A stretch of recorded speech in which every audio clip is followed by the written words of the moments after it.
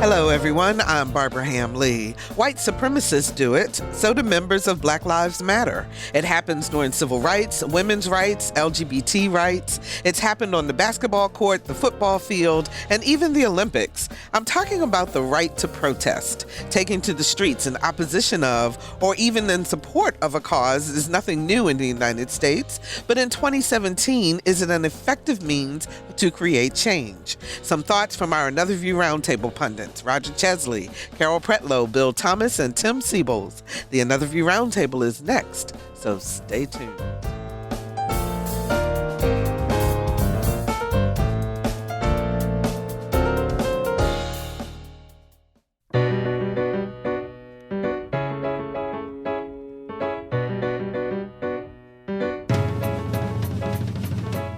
Discussing today's topics from an African American perspective, this is Another View. Hello, everyone, and welcome to Another View. I'm Barbara Ham Lee. Before we get started with our roundtable today, let me remind you that our next Race Let's Talk About It conversation will be held on Saturday, October the 28th at 2 p.m. at the Fort Monroe Theater. We're going to be showing the film James Baldwin, The Price of a Ticket. And then we're going to have a talk back with the filmmakers Karen Thorson and Douglas Dempsey. Now, this is free. It's open to everyone, but we need you to register at whro.org/talkaboutrace. And this event is brought to you by the Sankofa Projects, the National Park Service, the Fort Monroe Authority, Hampton Roads Pride, WHRO, and I think I got everybody. I hope so. a lot of partners this time around. So that's on the October the 28th, 2 p.m. It'll run from about 2 until 5 in the evening. And we're going to show the film James Baldwin, The Price of a Ticket at Fort Monroe Theater on Tidball Road in Fort Monroe. Go to whro.org/talkaboutrace to register. That's fantastic. Thanks so much. So preparing for this Another View Roundtable was kind of tough this week because there's so much to talk about.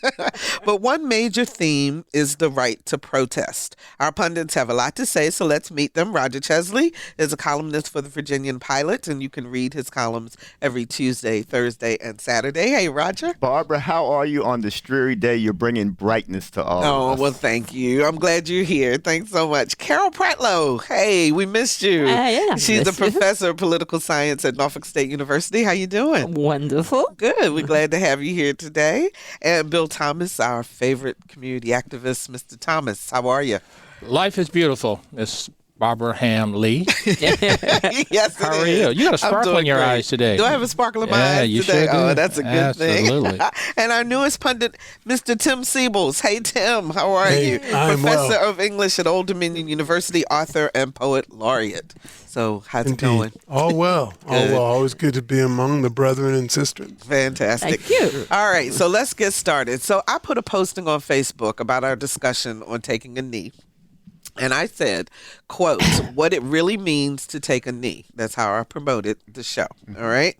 And I got pushback from one gentleman named Brian Smith who said, and I quote, "This is interesting, Barbara. Without getting too ephemeral about it, I think it's a living social construct such that attaching one definitive meaning is beyond us. I try to listen in on my lunch break or catch it later. Maybe this is even a false proposition. But in community writ large, who owns the right to say what it really means?" What do you think about that, Roger? Well, that's interesting. I know there are all sorts of ways to take what it means. And I would say that what the president did when he, jumped into all this at a time when there were natural disasters and the failure of the Obamacare to be repealed in Congress, it was interesting that he jumped into it the way he did. I think that's sadly taken away from what the original intent was from Colin Kaepernick, which was to spotlight the killings of people, mostly black men, by police, and also racial inequality in the country. And it was interesting that just the past day or so, there's a Los Angeles Chargers lineman who has urged his fellow players to reemphasize what this was all about in the first place. And the New York Times wrote about the efforts by Russell Okung to really interact with other players and to say, hey, let's not let this be hijacked. Let's remind people why we were doing this in the first place. But for some people, it's never going to be anything more than a disgrace against the flag and against the anthem. For others, it's going to be, yes, we have the right to protest, and protest is messy. Protest incites sometimes. It angers some people, but people do it because it's going to get attention, and hopefully it would lead to discussion and hopefully change. So, Tim, when the president jumped in, I mean, what were your thoughts? Did it completely turn the entire intent of what Colin Kaepernick intended, do you think? Well, not for me. No, not for me, but surely the people who want to make this an issue of respecting or disrespecting the flag are, to me, in my sense of things, simply not interested in dealing with the issue that Colin Kaepernick raised, which is illegitimate police violence against black people or people of color in general. I understand that indigenous people also suffer a disproportionate number of killings by police officers, but they don't want to address that. And so rather than thinking about issues of race, which are also against the flag and what the flag stands for, people don't talk about that racism is also an insult to the flag. Rather than dealing with that, they'd rather talk about how much disrespect is being shown toward the flag. And my contention is that these people, majority of them, not the veterans, many of them may be very sincere about their interest in the flag and what it stands for, but many of the people, our president, for example, and among others, Pence also, did they think one way or another about the flag at all until this protest started? This is my question. So I think it's the old bait and switch. We don't want to talk about this, so we'll make it about this. That's my sense of what has happened. I see you shaking your head, Bill. Go for it. Yeah, no, it's really disgusting to me that I buried my brother a year ago, National Cemetery, and I got that flag. And the conditions that caused his premature death were caused by a cause that he stood for, even though it was wrong. And that's the Vietnam War. But he got diseases and things that caused him. He didn't get a bullet. He got something else that caused him to leave this earth well for his time. I still have that flag. I have it in a little triangular box. I have it on my den. When the gentleman from San Francisco went down on one knee a year ago or so, I cut the TV off. And then when ESPN got into it, I told them to take that off my cable. Black people, our people, we fight the wrong causes. And then we fight against ourselves. It's a decent thing for people to just stand up and give reverence to people of all colors and Native Americans and everyone who has sacrificed their blood for our soil. And for someone not to be respectful for that for 2 or 3 minutes, and they have the right to do that. I would die for his right to get on his knee and protest. But I don't have to watch that garbage that he does. I'll turn the TV off. But Carol, when people are you've been to football games, yeah, and you've been in the stands. I mean, everybody's talking about this whole saluting the flag, but no, it's not saluting. It's not saluting the flag. I'm sorry. It's for being respectful of the national anthem. Thank you. During that time when you're at football games and so forth, do you see everyone standing at attention? No, I don't. And I think it's their right not to. And I think if you think back to the statement by Kaepernick and some of the other players, it was not about the flag. It was about police brutality. Now, if there are those who don't want to focus on those issues, perhaps they should just ignore this whole scenario and go on, because the more they talk about it, the more it becomes apparent from those of us who are in opposition to police brutality, and that becomes more apparent. They are disregarding the message. The whole message was on police brutality. Okay, but now we're getting to a place where the owner of the Cowboys is saying, if you don't stand up for the flag, you're not going to play. Good for him. We're talking about people's jobs and so forth. Why do you say good for him? Good for him. He owns that company. That's his company. He owns the Dallas Cowboys. He owns the team. Yeah. He owns that team. That's his franchise. That's something he put his money in to do that, and he's got a right to tell the people how to behave. So I don't know what they do at other schools, but I know what they do on our campus. When we play the colors and show the colors, people get off their behinds, take their hats off, and give respect and deliverance proper to that. And all this stuff about these folks concerned about the African American community and this and that and the other, then don't talk about it. Go do something about it. Go ahead, Roger. Well, I say you can have deeds and actions, and that you can go beyond the symbolism and do something else. And I think that that's what Colin Kaepernick has been trying to do, and what he's been trying to bring the attention to it. The president has basically hijacked the situation because he wanted to turn the conversation around. And you know, for a person who got however many deferments that he did during a time when he could have served, let's tell the whole story if we're going to talk about how much he really cares about the flag and how much he really cares about the country. I would dare say that what Mr. Kaepernick did, it was a protest, but it was righteous. It was in its own way respectful. You see all the memes that go on in, online about we try to do so many different ways of protest, and we're always wrong. Don't do it that way. And then when one of us gets killed, silence from the people who are complaining about us. So, I mean, which way do you want to have it, America? A lot of the people who are protesting, they acknowledge we have family members in the military, and we do respect them. Anything can be turned around, I guess, if you really want to, and you really don't want to deal with the main issue that's underlying all this. So, Tim, your tax dollars paid for our vice president to swoop in. Swoop in and swoop out. And swoop out. So, I mean, respond to that. Well, I just find, as I said, I thought that was, I thought it was staged. I think he knew all along what he was going to do. I think it's just. How do you know that?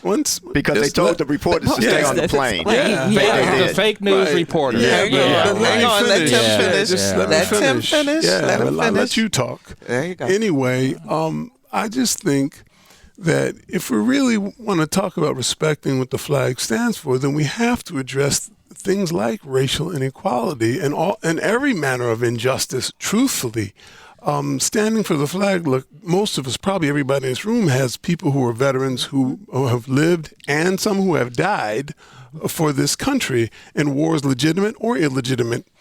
That's to me a completely separate subject. What I'm trying to figure out is what kind of country do we want to live in? And what Colin Kaepernick is asking, what he asked initially by his protest was he's asking, what kind of country is this going to be? Is this going to continue to be a country wherein black people suffer disproportionate numbers of homicides at the hands of the police, or are we going to address this and make it the America that it has been dreamed to be, right? That, to me, is the issue. Respecting the flag necessarily, for me, means you have to protest if the flag is being raised above a nation that doesn't represent its ideals, because right now we're not living up to the American ideals. So, of course, I say absolutely someone's got to protest, and protest, I think you said it earlier, is necessarily messy. Not everyone's going to be happy when you protest. That's just part of protest.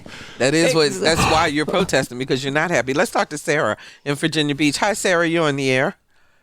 Hi. I had just wanted to say that my husband died from Agent Orange from Vietnam. He had a rare cancer. Amen. And I understand what the gentleman was saying.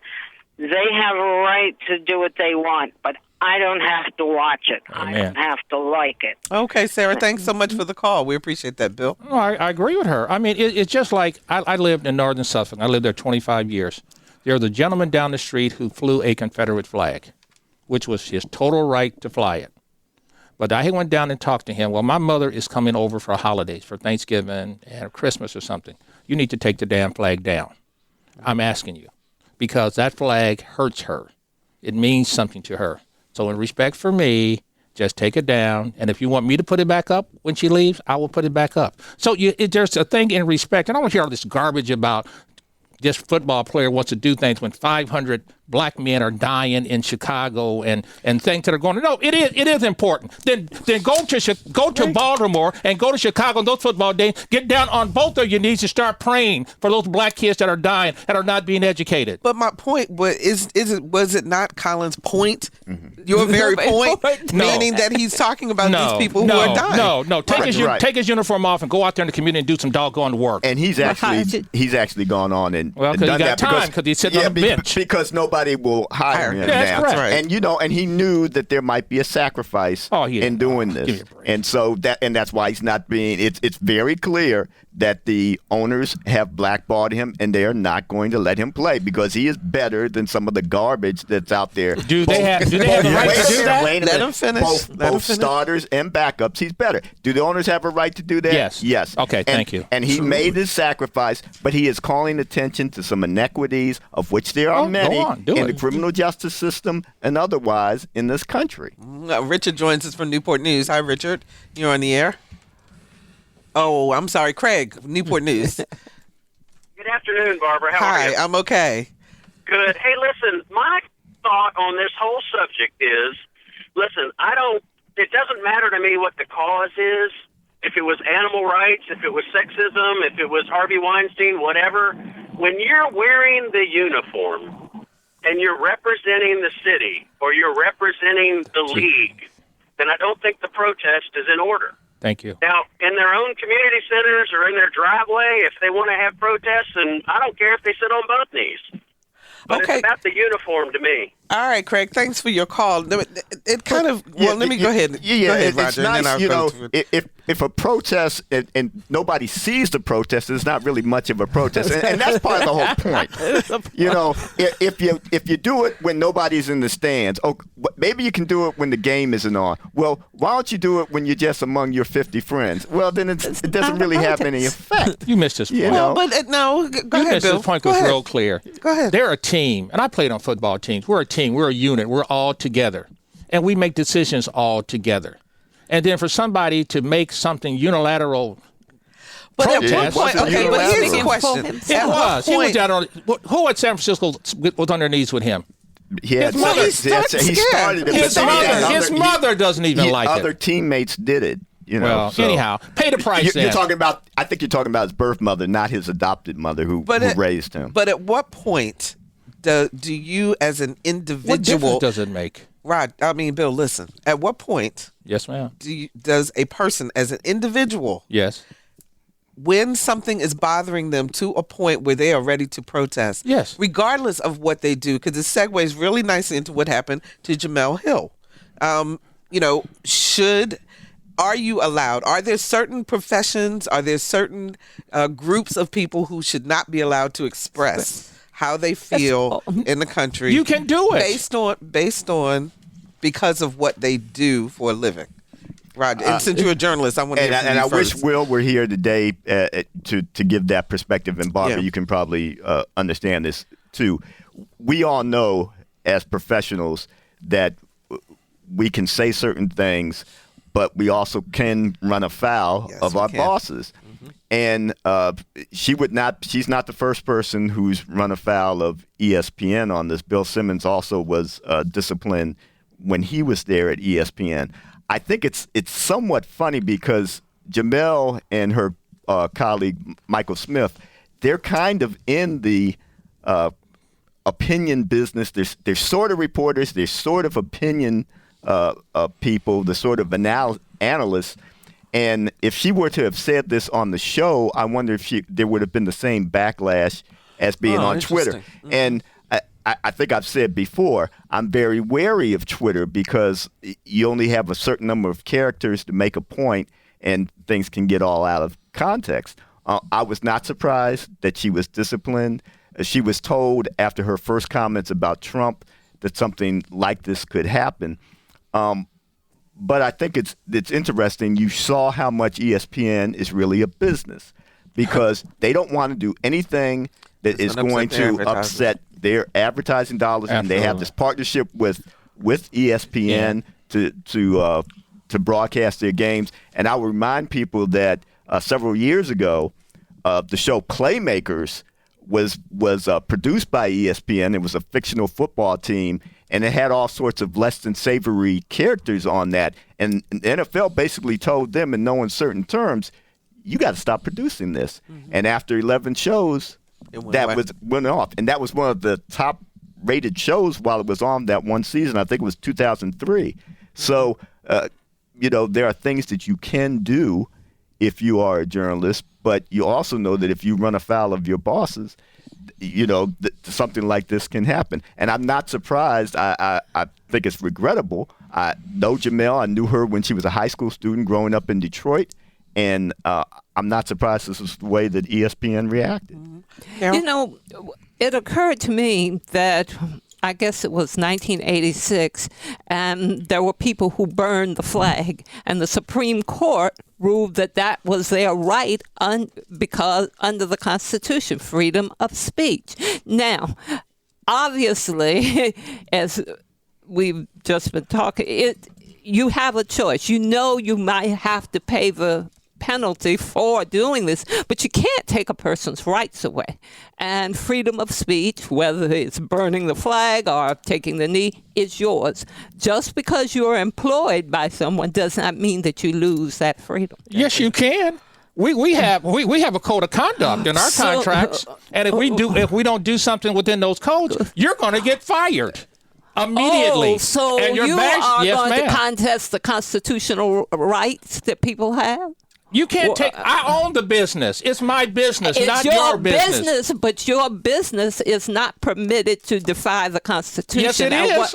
It is. Excuse me, that's not the America I know. Wait a minute now. Wait a minute here. Let's be clear here. Let's be real clear. If I have a business, and if an adult sign a contract that says you will always represent this institution or this employer in a certain behavior that will continue for me to make money to pay you, and then if you don't do that, I don't care the Constitution. You're going to get fired because it is constitutional for me to fire you. But if you're looking at that contract and that contract does not specifically say that you are not given you do not have the right to express your opinions, and that your opinions are not reflective of the university as a whole, then you don't have a problem. But if it doesn't say that, then you have that freedom of speech. I'm coming to you, Tim.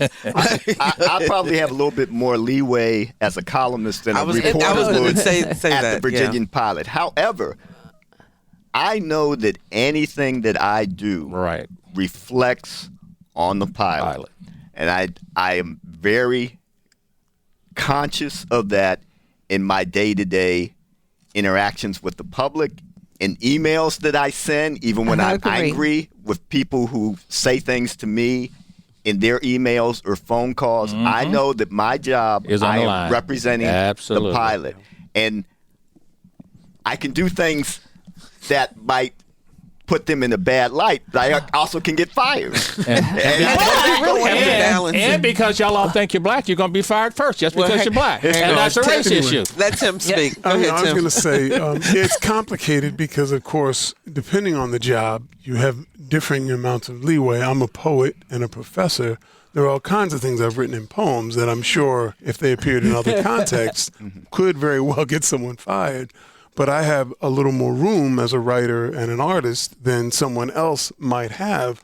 I think it's worth thinking about, what does it mean to be able to say, you work for me, so you don't have a First Amendment right? I think it's worth talking about. I'm not saying that a private business can't fire you for saying something that they think represents them badly. Sure they can. It might be worth considering. Why is that legitimate? I mean, if you want your employees to be themselves, and I imagine most employers would like to think they're making it possible for their employees to be comfortable in their skin. why is it that if someone does something that you dislike, you can fire them? Colin Kaepernick's not being employed, being clearly better than many other quarterbacks. In your it's judgment. an odd thing. Oh, he is. In your judgment. It's an odd thing In your judgment. to make that particular choice. I'm not saying it can't be made. I'm just saying it'd be worth discussing. Is that a smart way to conduct a business in a democracy or in a country that has a constitution that respects one quick free question. speech? The Okay, real quick, the and then purpose of business is to make money, not to make you feel good, or not to make you as a poet or me as whatever I am do something I want to feel good. It's to make money or to distribute my talents to appreciate the value of that particular institution. So Plain and simple. And yes, I would fire you. If you sit up here and said something bad about Eddie Moore, you would get fired. So I'm telling you, that is the way the game is played, and it is constitutional. Private property, I can put you off of my private property and tell you good wishes.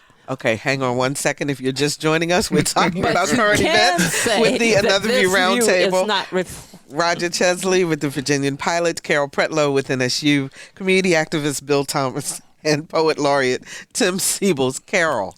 So I was And I'm kind coming of to the phones. responding that, okay, you may issue a disclaimer. You could say this is not necessarily the reflection of the place that I am employed. But I guarantee you, if every single one of those men on that team said, okay, fine, we're all taking the knee, your economic perspective would change, and you would say, well, I want to operate within the system which guarantees you constitutional rights. It's interesting because if I do wonder what would happen, could there be, if all of the teams came together, because part of the problem is not everybody's on the same page about the protest, but if they did, that really would cause an economic shift. Would you not agree to that? I agree. And it would be very interesting if Jerry Jones say if Dak Prescott, the quarterback, or if the wide receiver whose name is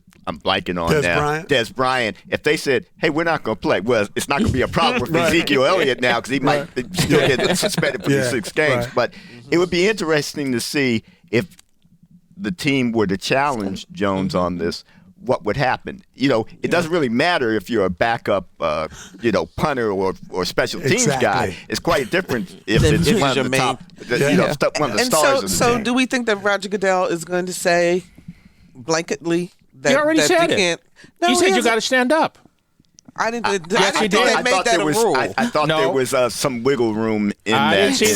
didn't see the wiggle room. I thought he told, it's not a memorandum, saying that all the football players had to stand up. I thought that they were discussing it. I didn't know No, it was in because it's stone hurting at his this point. pocket. It's hurting his money. And that's These so people, the much NFL, more if y'all all important racist defenders, and that's all a good thing to do. Racist defenders? Yes. What does that mean? Y'all think because these football players are black, this is why this is happening. And it is not true.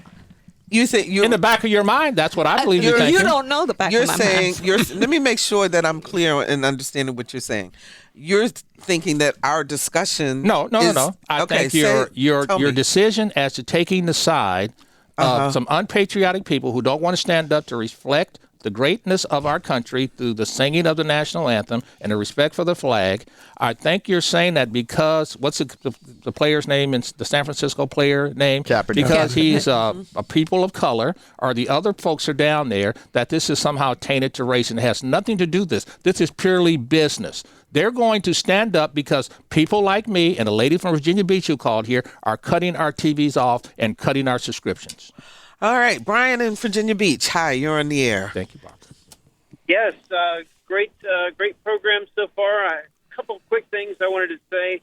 First, an owner of an NFL team owns the team and owns the team's name, but he does not own the people. And you cannot sign away your constitutional rights. Yes, you can. Oh, that's not true. Don't argue. Let him speak first. Go ahead, Brian. And if they have the right to fire somebody, well, those people are making a lot of money, and I'm sure if once several people get fired and then other people join and then he doesn't have a team anymore, then he'll probably change his mind. And my other comment is these people are not, they are kneeling. They are giving respect to the flag because the flag stands for our freedom to say and do as we want to, because that is what the flag stands for. They are kneeling. They are giving the flag respect. I think other people are blind because, this whole thing about people, the ownership of people, too, just really gets to me because I think Lincoln I thought we got through this a long time ago with the Emancipation Proclamation. We didn't. Please believe me. Okay, The Brian, thanks Emancipation for the call. I Proclamation didn't get rid of appreciate it. anything. Thanks for the call, Brian. Black people are still in the same hole they were in 1862. So emancipation didn't really do anything. We're still in the same place. I just wanted to. This is what, according to UPI, Roger Goodell, the NFL commissioner, said. Like many of our fans, we believe that everyone should stand for the national anthem. It's an important moment of our game. And he goes on further to say that we need to move past this controversy, and we want to do that together with our players, which I see as that there's still going to be more discussion that's going to take place, and that there's going to be, and my understanding also is that the NFL has had groups of about 10 players at a time come in to New York to talk with the commissioner about this. Okay. I'm going to move on to the next topic because I know the phones are lit up, but we've got some other things we want to talk about. So the optics certainly were less than ideal with President Trump tossing paper towels to Puerto Rican residents when he visited the island, then recently texted, and I quote, "Electric and all infrastructure was disaster before hurricanes. Congress to decide how much to spend. We cannot keep FEMA, the military, and the first responders who have been amazing under the most difficult circumstances in PR forever." Now, Hurricane Maria hit more than 3 weeks ago, and almost 80% of the island is still without power. Only 63% of residents have access to clean drinking water, and only 60% of wastewater treatment plants are operating. And also, Mayor Carmen Yulín Cruz, the mayor of San Juan, had this to say. The lack of drinking water, even in San Juan, you may think, well, we're not drinking out of creeks, but all of the creeks and the rivers that we get our water from can turn out some sort of this bacteria. We've already had reports in our own staff of 2 members that are suspected, it still hasn't been confirmed, of having diseases that are related to non-drinkable water. Scabies is a problem. Conjunctivitis is also a problem. Gastritis is a big problem because people are not eating enough or are not eating their regular diet that they are used to. So we are running into a situation where we may be in the verge of a health crisis without enough medication and without enough hospitals. Tim, what is it about the president and the disconnect with storms and people of color? What's going on with this?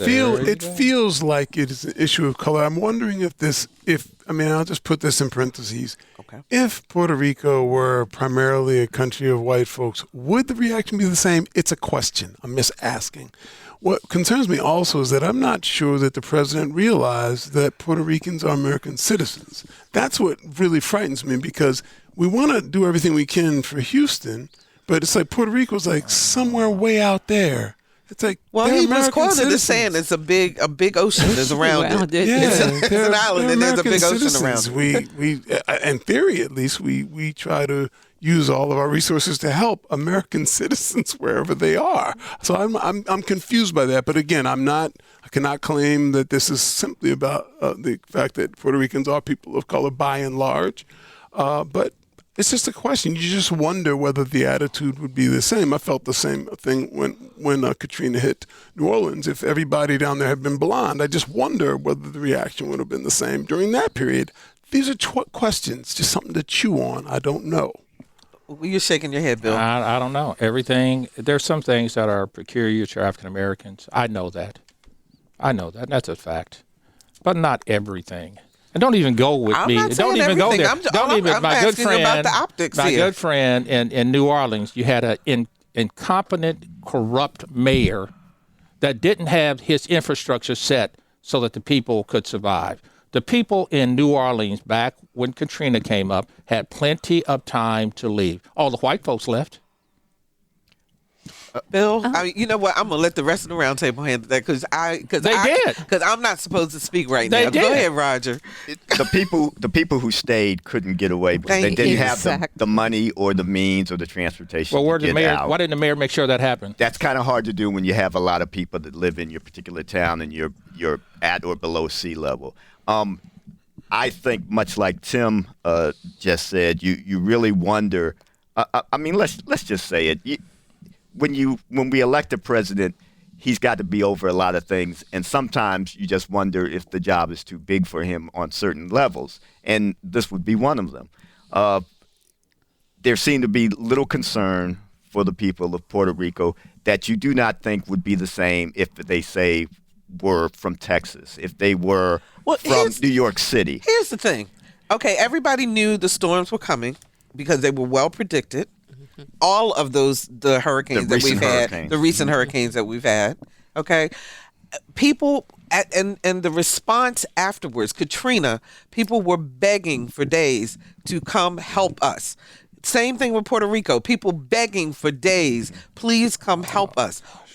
That's my only question, Bill. No, but that's not a legitimate question. Okay, is that legitimate, Carol? It's a legitimate question, especially if you know before time. Then maybe there should be some preparations by the local government and even by the federal government to say these are the things that we need to do to get ready to evacuate those people who might not necessarily have the means to evacuate, and to make sure that everybody's protected. But certainly after a situation like this has happened, you're looking at like, okay, what can we do? Let's take the politics out of it and let's deal with the human level of it. Roger. Many cities and states, the magnitude of some of these storms is just too big for them. They need federal intervention to help them.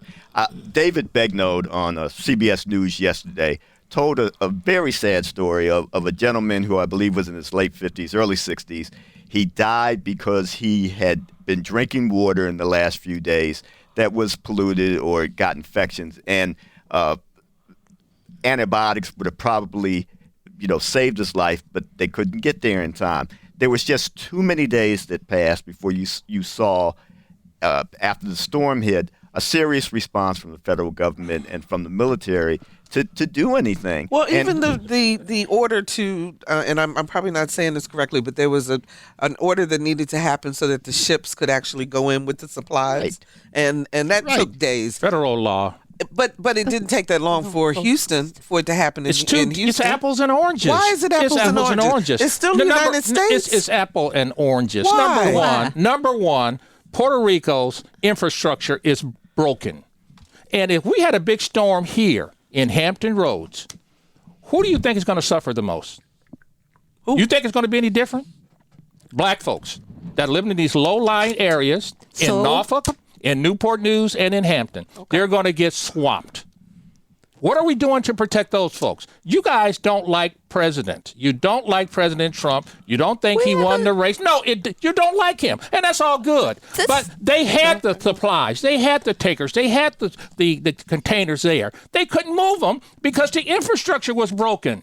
They couldn't get drivers to drive the trucks.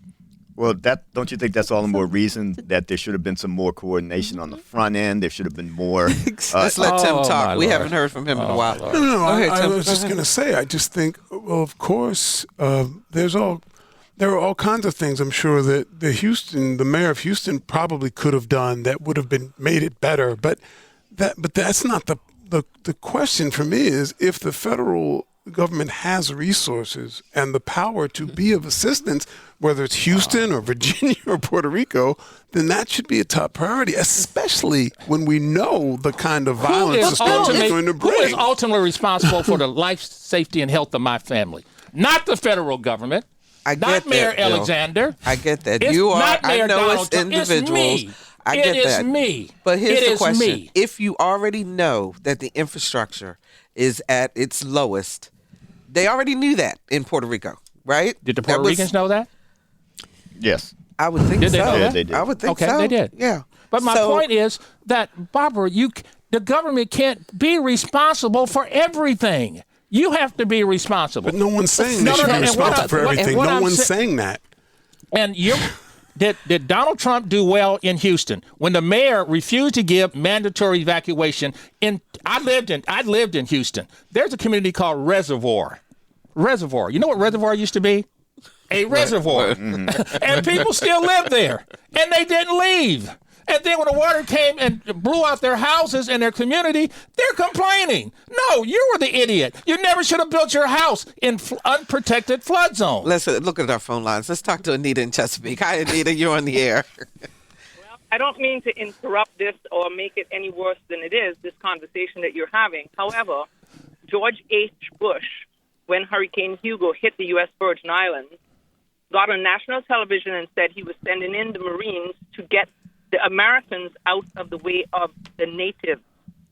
So this is a Republican issue, and it is a black-white issue because they don't recognize, I'm sorry, the president does not recognize the U.S. Virgin Islands and Puerto Rico as American, or the fact that they are predominantly black. Racism. White folks don't like black folks. Thank you, Same old Anita. story. Anita, thank you for your call. Don't be cynical like that. I am going to be Bill. cynical. But I mean, Bill, all she's doing is pointing out to you another example. I don't know. You don't think that's true? A sample of one, you can't make predictions and guesstimations from that. Okay.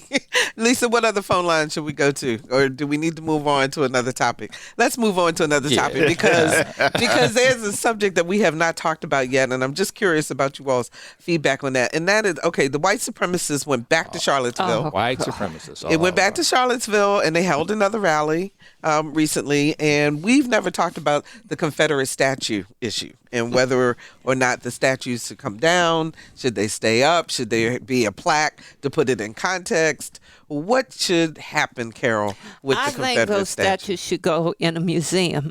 But in the meantime, I also understand that there's some budgetary constraints and that the budget for localities and states has to be adjusted to do that. But I think that's the first thing. The second thing is I'm wondering why those white supremacists would go back to Charlottesville. It seems like they have an agenda to stir up racial discord, and that hurts. Tim? Yeah, I think as Carol says that the statues can go in a museum. That's not the highest priority for me. I mean, if the statues are out there, I mean, I know what they represent. They make me sad, but that's all right. I'm much more concerned about the mentality of people who really think that such people should be celebrated. That concerns me some. More than that, why are there still white supremacists at all? And this is not just an issue for black people. This is an issue for all people. White people should be talking to white supremacists saying, come on, y'all. Come on, let's come back to earth again. That concerns me much more than the statues. The fact that people still would imagine themselves, because of their pigment, superior in some way. Every time I think about it, my head hurts. Roger? There's been a lot of discussion in Portsmouth and Norfolk and at Virginia Beach as well about whether the monuments should stand. It seems like we've reached the tipping point since the 2015 shooting at the church in South Carolina and the Charlottesville rally that ended up with a woman being killed there. And you would hope that we could do this reasonably, rationally, and in a way that, if they're going to remain there, let's put some more context to those monuments, because we're talking about monuments that usually went up either right after Reconstruction ended or at a period when the civil rights movement was coming along. So therefore, they were more of, hey, we're still better than you. Look at what we can put up. We don't care about you. You're still second-class citizens. And I've written about this much and it's roiling in Portsmouth, this whole issue right now. And so I'm not necessarily sure that always yanking is the best way to take them down. However, there's a problem, I think, with the way that they're being maintained currently and not giving a fuller picture of what's going on and what happened when these monuments were raised in the first place. So, Bill, is this whole monument issue another kind of smokescreen? Well, smokescreen is probably not the right word, but another reason for white supremacists and others than to just hit the streets and make things. First of all, because that's why they're protesting, because they're taking down the statues. One of the things, and the Nazis, the white Nazis, they have a right, First Amendment right, to come back to Charlottesville or Norfolk anytime they want. Number two, contrary to what you wish you want to have, Ms. Carroll, the statues cannot be taken down because in the Commonwealth of Virginia, a little place called Richmond, they passed a law. Okay. They passed a law. And Roger follows up that a little bit more. And that's because, as I understand it, and as I read in the Richmond Free Press the other day, and the Richmond lawyer for the city of Richmond said they could not. And I'll send you the article. Now, I glanced at it on my way up from Washington. But I think my point is, we have more important things to do. I'm not afraid of some dead white man that's underneath a statue 150 years ago that was an idiot, stupid person that lost the war. They lost. I want that to stay up there in context so we do understand our history. But that's the issue, the in context part, Tim. Yeah, in context, I agree. As I said, the statues aren't my main priority, but what concerns me is that if people read the Articles of the Confederacy, I would say to anybody, whatever color, read the Articles of the Confederacy. The Confederacy was very much invested in sustaining the institution of slavery. So when people think, "Oh, it's just heritage, not hate," it's like you can't separate them. No.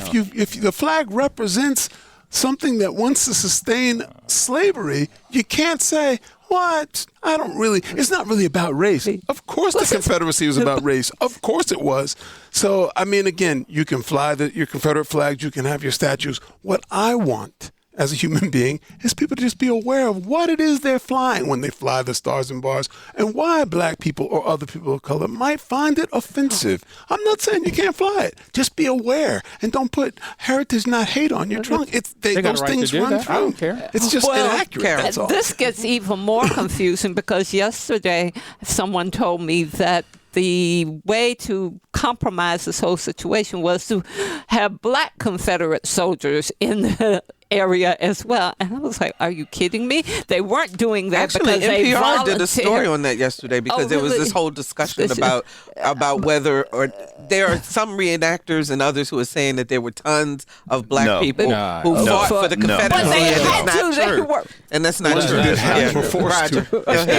not true. And to Bill's point, I mean, there are things in the state code talking about when the monuments can be taken down, but there have been different judicial rulings on as to whether that applies to, monuments that were up before a certain time, or whether they were in counties as opposed to cities. That is right. So there have been conflicting rules, and all this will probably end up in the Virginia Supreme Court at some point. Absolutely. Okay, let me see if we can get one more call in. Richard joins us from Newport News. Hi, Richard. You're on the air.